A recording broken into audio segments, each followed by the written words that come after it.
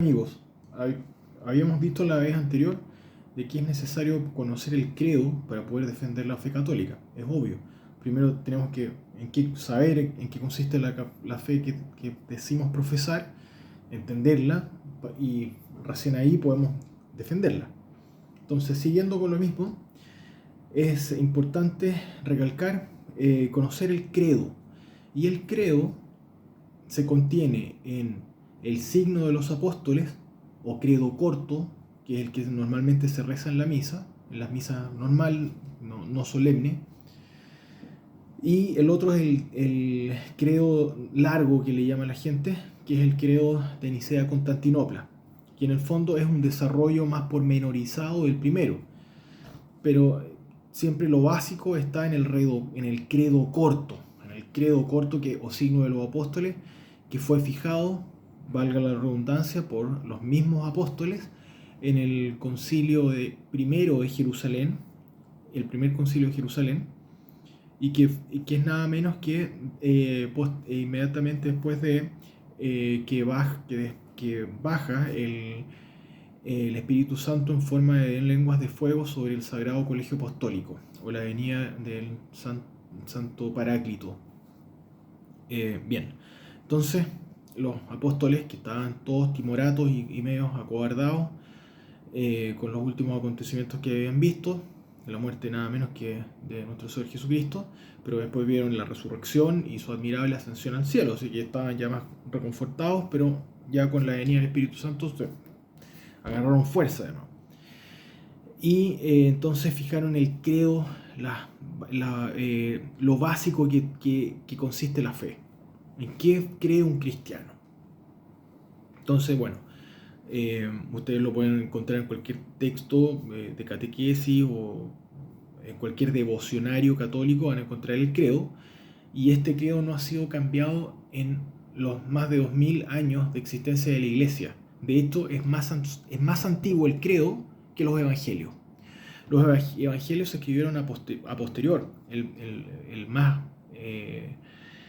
próximo en la época de Cristo, cuando Cristo vivió entre nosotros. Me parece que es el de San Juan, que fue 70 años después de la muerte de nuestro Señor.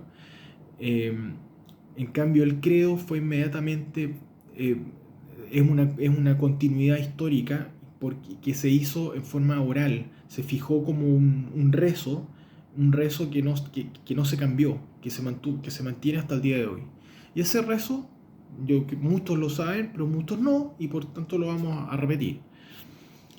Bueno, los artículos del credo son los siguientes. Creo en Dios Padre Todopoderoso, Creador del cielo y de la tierra. Creo en Jesucristo, su único Hijo, nuestro Señor, que fue concebido por obra y gracia del Espíritu Santo. Nació de Santa María Virgen, padeció bajo el poder de Poncio Pilato, fue crucificado, muerto y sepultado, descendió a los infiernos, al tercer día resucitó entre los muertos, subió a los cielos y está sentado a la derecha de Dios Padre Todopoderoso. Desde ahí ha venido a juzgar a los vivos y a los muertos. Creo en el Espíritu Santo, en la Santa Iglesia Católica, en el perdón de los pecados, en la resurrección de la carne y en la vida eterna. Amén. Bien, cada una de estas cosas hay que desmenuzarlas. Lo dije en una oración, pero lo dije de manera más para que lo puedan entender. No lo dije como en la actitud de rezo, digamos. Aunque siempre son palabras sagradas y uno siempre está en la presencia de Dios cuando uno empieza a decir este tipo de palabras.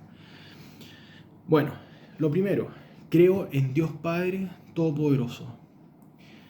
Esto es básico. Nosotros creemos en un solo Dios. ¿Por qué creemos en un solo Dios? Porque Dios es absoluto. Dios es el absoluto. Y por tanto no puede haber más de un absoluto. Es una cosa matemática lógica. El absoluto es uno solo.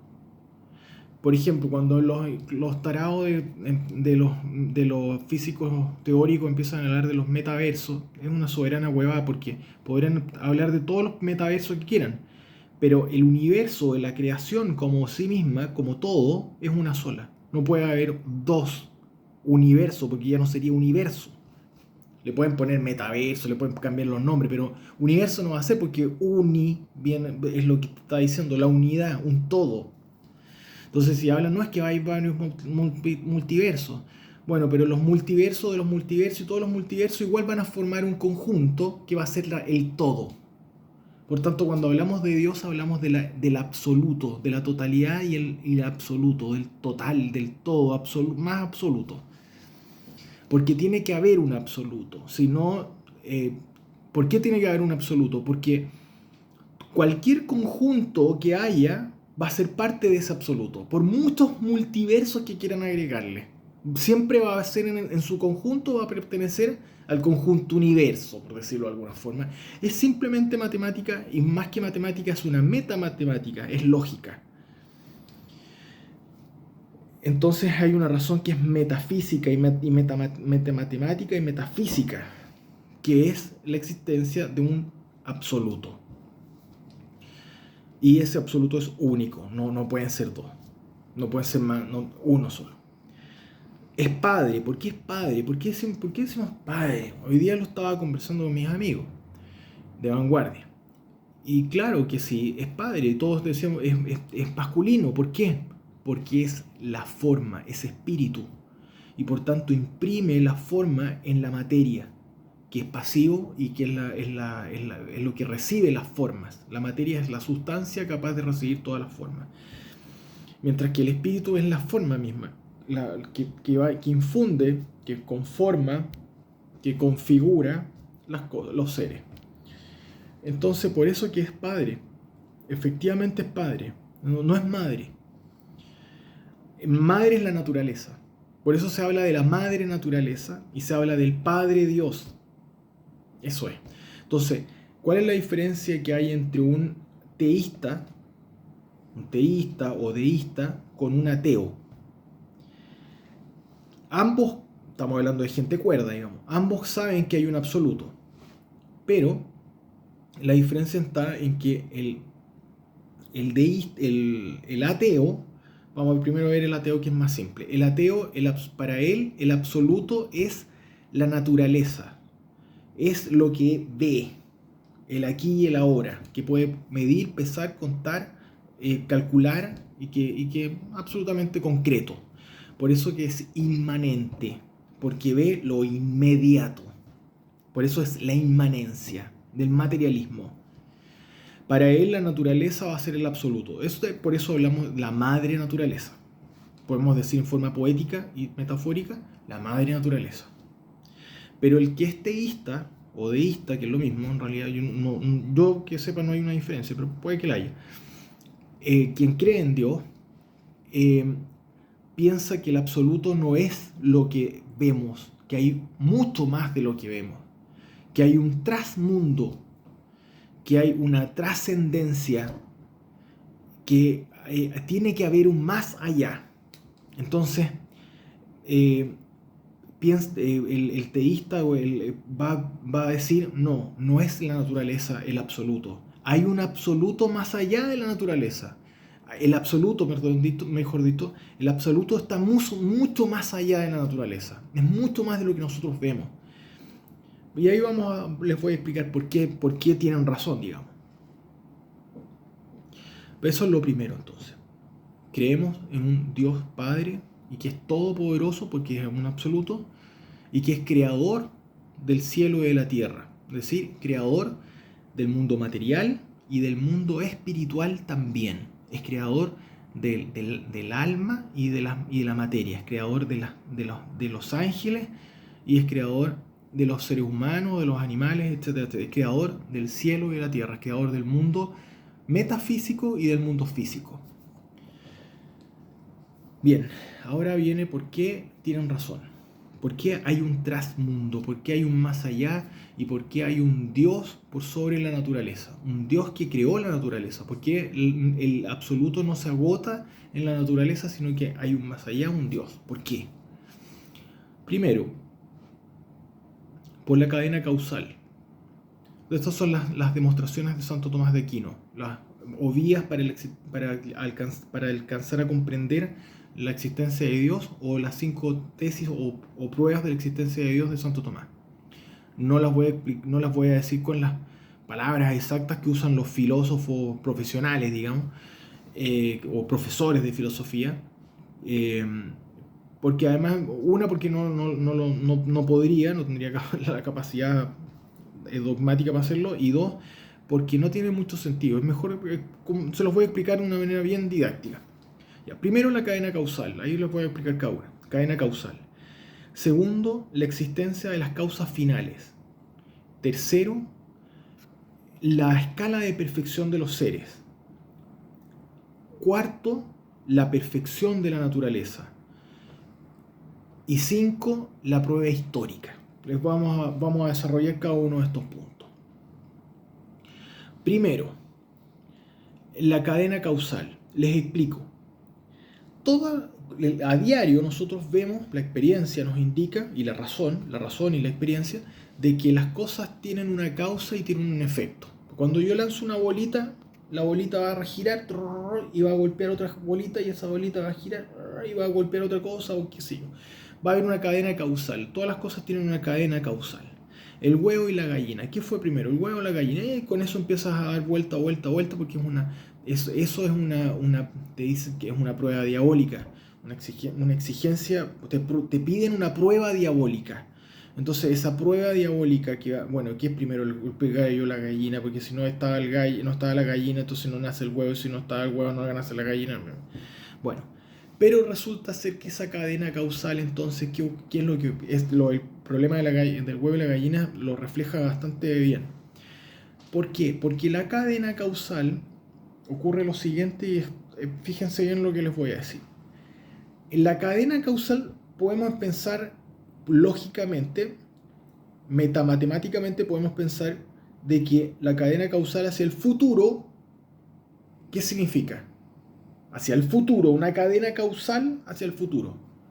Una consecuencia, una cadena de consecuencias, una serie de consecuencias, para que se llama una serie de consecuencias y antecedentes hacia el futuro. ¿Qué significa eso? Una cadena infinita, es decir, sin fin, sin término, hacia el futuro. ¿Y eso es posible? Lógicamente, sí, es posible. Es absolutamente posible hacia el futuro. Ahora piense usted la misma cadena causal, la misma serie de causas y efectos, pero hacia el pasado. ¿Qué significa si una cadena causal es infinita hacia el pasado? Hacia el pasado significa que no tiene principio.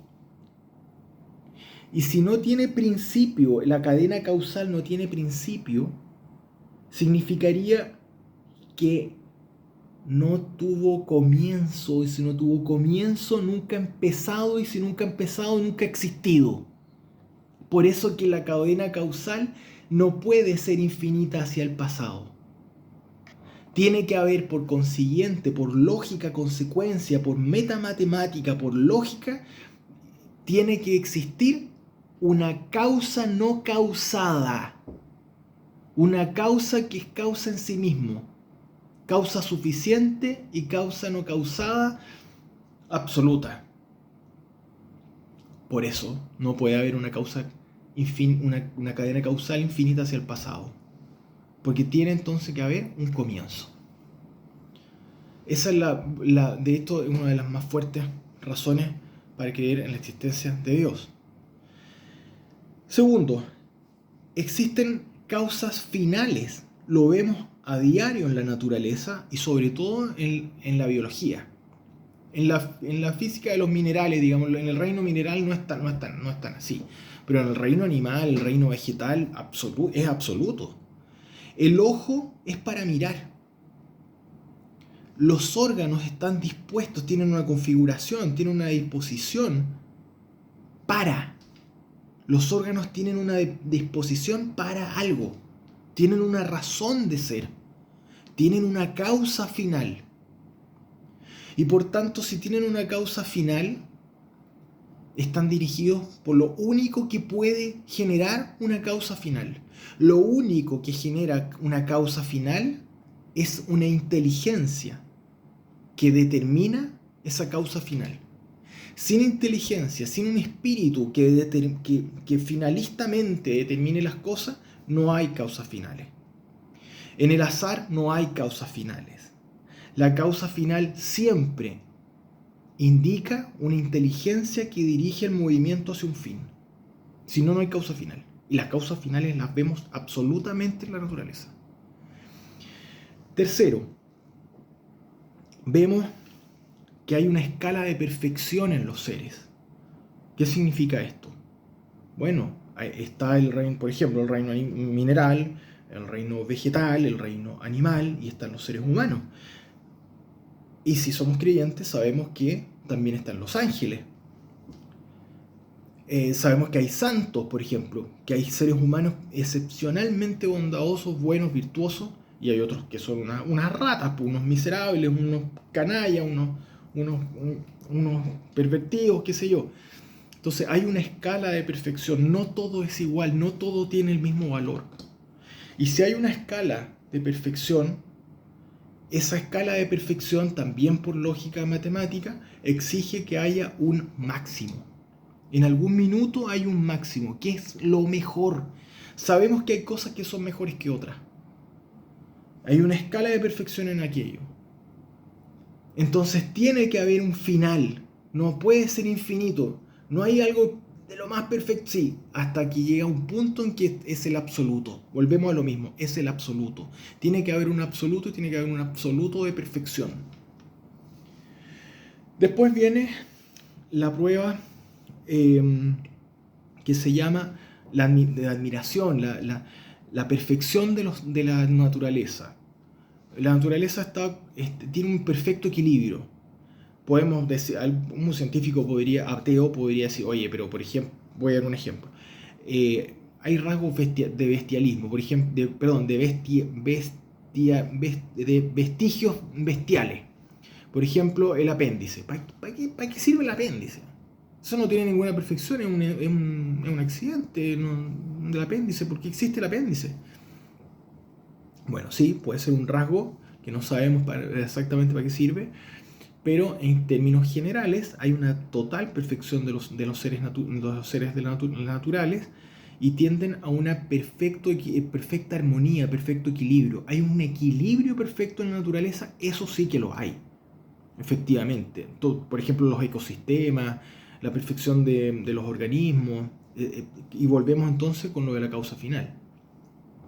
Finalmente llegamos a la prueba que es la más débil de todas, que es la prueba histórica, en la cual se dice Santo Tomás de Aquino que los hombres siempre han tenido dioses, siempre han tenido una deidad.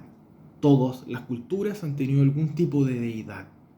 Algunas podrían haber sido, no sé, podrían haber tenido gimnasio, otros podrían haber tenido senado, otros podrían haber tenido, qué sé yo, mil cosas, y otros no, digamos, instituciones que pueden estar o no.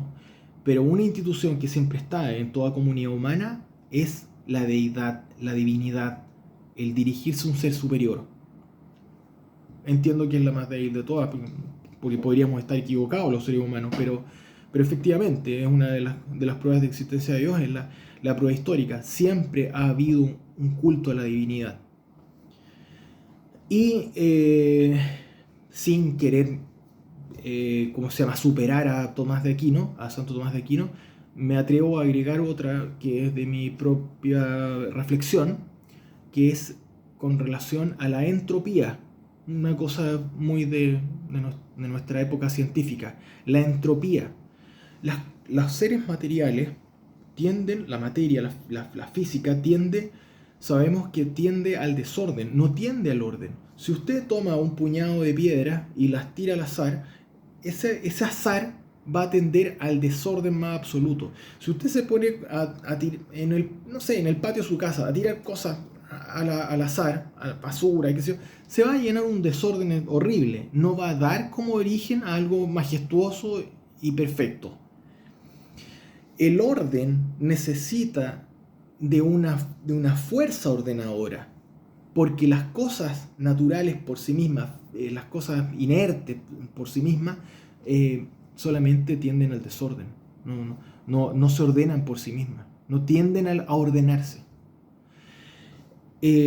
Otra prueba más o menos sobre lo mismo eh, va un poco también, por ejemplo, otra prueba también de de nuestra época científica, algo tan clásico como que sabemos que eh, por los experimentos de Louis Pasteur, eh, la vida solamente viene de la vida.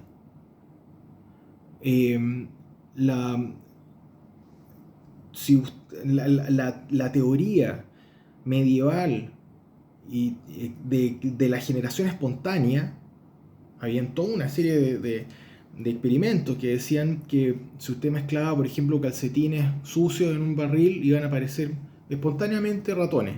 No, y después se descubrió que no es así. Vienen los ratones, pero no es que aparezcan ratones. La vida solo surge de la vida y eso no se ha podido desmentir ni aún por los científicos más tosudamente ateos que existen. Han tratado de esto por medio de experimentos muy complejos de hacer aminoácidos y de generar una atmósfera en una matriz, de tratar de generar una atmósfera muy parecida a la atmósfera primitiva de la Tierra, con rayos y qué sé yo, y mezclar metano con oxígeno y hidrógeno, qué sé yo, y no da nada, no da nada. Han logrado sintetizar moléculas complejas, han logrado sintetizar, por ejemplo, proteínas, han logrado sintetizar moléculas, pero no una célula. No han podido jamás crear vida, porque la vida solo surge de la vida. Ahí tenemos otra prueba. Y en fin, llegamos hasta acá con el credo razonado, con la fe razonada, con el credo analizándolo racionalmente en cada uno de sus artículos. Que entonces creo en Dios Todopoderoso, Creador del cielo y de la tierra.